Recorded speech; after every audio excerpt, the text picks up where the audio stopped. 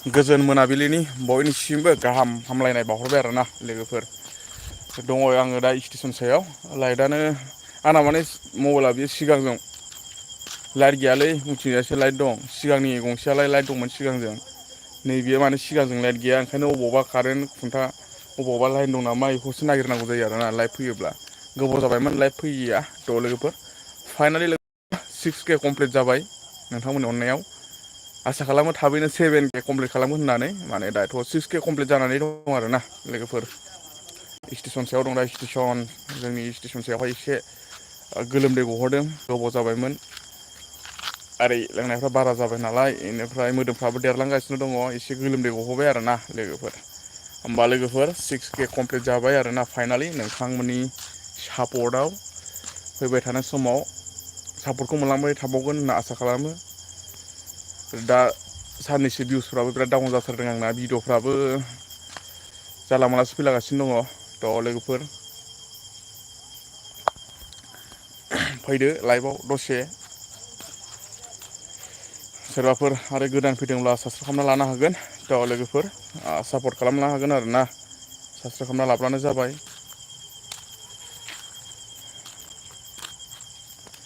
गुसु बार जादों दायो बारा गरम नङा नंनायालाय बोथोरा।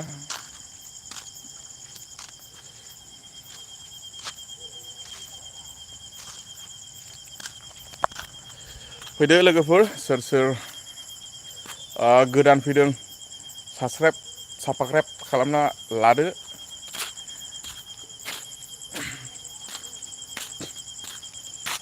लाइटआनो स्टेसना लाइटआनो बेयावसो मोनसे दं बैयावहाय गैया बैथिं दङ लाइन थाब्ला मोजां जागौमोन।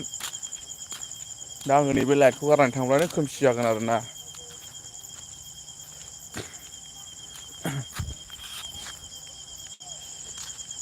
गोदान फैनायफ्रा साफाग्राब खालामनानै लादो। 7K एबार लोगोफोर 7K 6Kथ' कमप्लिट जाबाय 7K आरोना लोगोफोर। ओमफ्राय लोगोफोर आंनिया माने गुगोल एक्सचेन्ज पिना माबा जाबायमोन आरोना एप्लाइ खालामजाबायमोन बेनिफ्राय आङो माने दा मोननै अपसनाव एप्लाइ खालामजायोमोन आरोना गुगोल एक्सचेन्ज पिना ओमफ्राय आङो दा डाइरेक्टआव खालामना लाबाय माने पार्सना होननाय मोनसे सफ्टवेयारजों माने डाइरेक्टआव खालामना लाबाय दा एक्सचेन्ज पिना आंना फैनाय नंला आरोना लोगोफोर डाइरेक्ट एड जाखाबाय माने आंनिया दा बेयाव माने मोननै अपसन दङ आरोना गुगोल एक्सचेन्ज पिनखौ एप्लाइ खालामनायाव मोनसे सिगांनि मडेल आरोना एड्रेस भेरिफिकेसन नोंनि पस्ट अफिसाव फैगौमोन दा आंनिया माने डाइरेक्ट डिजिटेल जाबाय आरोना लोगोफोर। नोङो माने बे एड्रेस भेरिफिकेसन खालामोब्ला नोङो बे माबाखौ मा होनो नोङो नैबे गुगोल एक्सचेन्ज पिनखौ जुदि नोङो एड्रेस भेरिफिकेसन खालामनानै नोङो जुदि एप्लाइ खालामोब्ला नोंहा नेनांगौ आरोना लोगोफोर नोङो बेखौ माने 12-13 दिन मास मोनसे बा सप्तानै बिदि नेनांगौ आरोना ओमफ्राय आंनिया माने दायो डाइरेक्ट डिजिटेल जाबाय लोगोफोर डाइरेक्ट खेनसेनो माने आंनिया डकुमेन्टस भेरिफाइ होनानै डाइरेक्ट जाखाबाय आरोना ओमफ्राय आंना दा गुगोल एक्सचेन्ज पिन फैनाय नंला आरोना लोगोफोर। आसा खालामदोंमोन माने आङो नायजोबना लादिया नालाय आङो माने इउटुबाव नायग्रोदोंमोन आरोना ओमफ्राय आङो बैखौबा माने नेनांगौ नालाय सप्तानै सप्ताथाम नेनांगौ होमबासो नोंनि गुगोल एक्सचेन्ज पिना फैब्लासो नोंनिया माने एड्रेस भेरिफिकेसनखौ खालामनो हायो नालाय। दा नैबे पार्सना होननाय मोनसे सफ्टवेयारजों माने एक्सचेन्जजों लिंक दं नालाय दायो लोगोलै लिंक बोरैबा कानेक्सन जाबाय आरोना दा ओमफ्राय दा माने डाइरेक्ट पार्सना होननायजों नोङो गुगोल एक्सचेन्ज पिनखौ डाइरेक्ट नोङो डकुमेन्ट भेरिफाइ खालामबानो डाइरेक्ट नोंनिया पिनसिन फैला आरोना खेनसेनो जाखाबाय आरोना लोगोफोर दा आंनिया नै बिदि जाबाय आरोना जुदि एक्सचेन्ज पिन फैनायब्ला मोजां जागौमोन नेनांगौमोन आरो सप्तानै सप्ताथामसो ओमफ्राय दा आङो डिजिटेल जाबाय आरो आंनिया डाइरेक्ट आंनिया भेरिफाइ जाखाबाय आंनिया दा माने $100 जाबानो मोनसिगोन बायदि आरोना लोगोफोर ओमफ्राय दा नोंथांमोननि सापर्टआवसो दंसै आरोना नोंथांमोननि अननायावसो दंसै। गोदान फैनायफ्रा साफाग्राब खालामजोबनानै लादो गावसिलाजोबनानै होदो साबसक्राइब बाटनखौ थुख्लायला जोबदो लोगोफोर। जायनो फल' खालामो बेखौनो फल' बेक खालामगोन जायनो साबसक्राइब खालामो बेखौनो साबसक्राइब बेक खालामगोन लोगोफोर। बाबलु बर'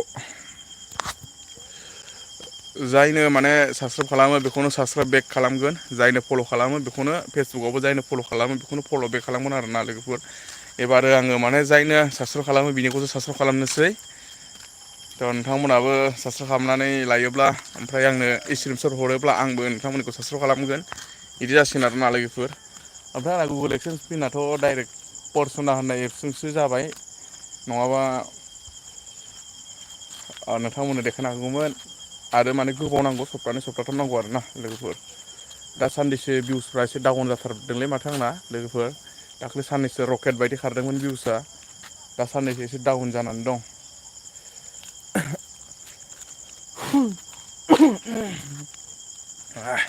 गोदान फैनायफ्रा साबसक्राइब खालाम। बारा गोबाव खालामा लोगोफोर लाइभखौ मालायफोरबायदि लाइभआव माबा खालामनो रोङा आसखासो जाला मालासो जायो आंनि आसखासो जायो। फैगोन होनबाबो गेजेर गेजेर फैबाय थागोन आरो बिदिनो। ओमफ्राय दाथ' आङो सिगांजों मावाला नालाय नैबे ओरैबा ओरैबा बेकग्राउन्डआनो जाबाय आरो ना लोगोफोर बिदिब्ला आङो कमेन्टबो नुनाय नंला। स्टेसन सायाव बाबलु बर' साइड हे मा लिरखोयो साइड हेनो? एसे मोजां मोजां कमेन्ट लिरना हरब्रा फरायनो इन्टारेस्ट नांनाय साइद हे ना मा हे मा जाखो बेलाय? साहि हे ना मा बेलाय बर'सोलै आं बर'नि हर।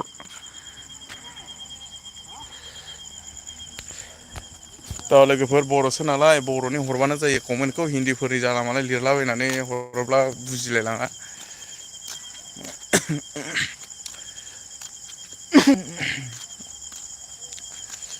गोबावथार जाबायमोन ना लाइभ फैयिया लोगोफोर ओंखायनो दसे ओरैनो नोंथांमोननि खबर सबर हाल साल माब्रै दङ बर्थमान एसे कमेन्टफ्राव खिथाहरलायदो। थ' लोगोफोर थाबैनो गोदान मोनसे चेनेल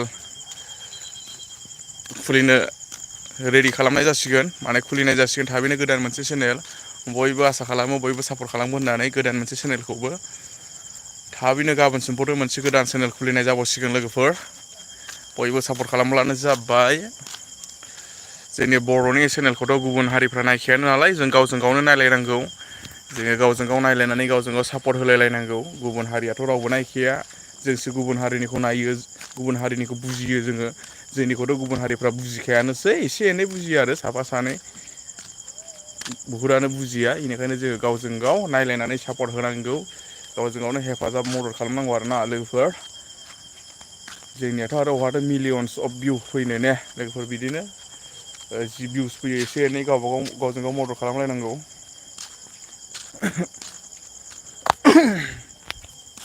आंबो बयखौबो सापर्ट खालामो बयखौबो मदद खालामो।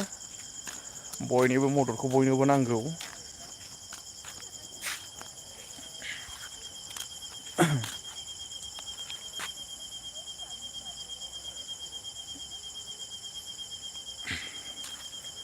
होमबा लोगोफोर बिदिनो गेजेर गेजेर फैलाबाय थागोन आरोना दारि जाफाव मोखांखौ लानानै नोंथांमोननि गेजेराव सम सम स्टेसनावसो दङ दायो लोगोफोर नैबे लाइटखौ गारनानै थांनो हायाखै आङो दायो दा आङो लाइटखौ अफ खालामबासो गारना लाइटनिफ्राय थांनांगोन आरोना दाथ' ओरै खोमसि गोजा नालाय बिथिंजाय खोमसि गोजा ओरैबो खोमसि ओरैबो खोमसि थ' ओंखायनो आङो दायो नैबे लाइट खुन्थियावसो थानानै लाइटखौ होगासिनो दं आरोना लोगोफोर।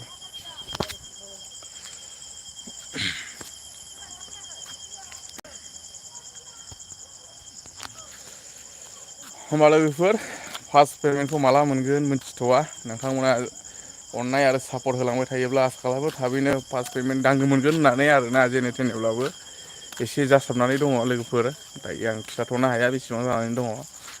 फैबाय थानाय समाव जेब्ला जागोन अब्ला जा हायो सेयार खालामगोन देखायगोन आरोना लोगोफोर नोंथांमोना आंनि फेमिलि इउटुब फेमिलि नोंथांमोनानो आंनि न'खरनि फेमिलि आरोना लोगोफोर दायो बर्थमान 6K कमप्लिट नोंथांमोननि अननायाव सापर्टआव मददआव फैबाय थानाय समावबो बेफोरबायदिनो मददखौ मोनलांबाय थागोन आसा खालामो होमबा लोगोफोर लाइभखौबो बारा गोलाव खालामला नामा सोरबाफोर गोदान फैदोंब्ला साबसक्राइब खालामनानै लाब्लानो जाबाय फल' खालामोब्ला फल' बेक मोनगोन। साबस्क्राइब खालामोब्ला साबस्क्राइब बेक मोनगोन, लाइक खालामोबा लाइक बेक मोनगोन आरोना लोगोफोर। बयनिबो सापर्टखौ मोनबाय थागोन आसा खालामो। होमबा लोगोफोर दिनैनि लाइभआ बेखिनियानोमोन।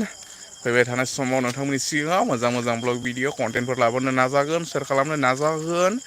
होमबा एसेनोसै लोगोफोर, गोजोन्थों। जय बर' हारिनि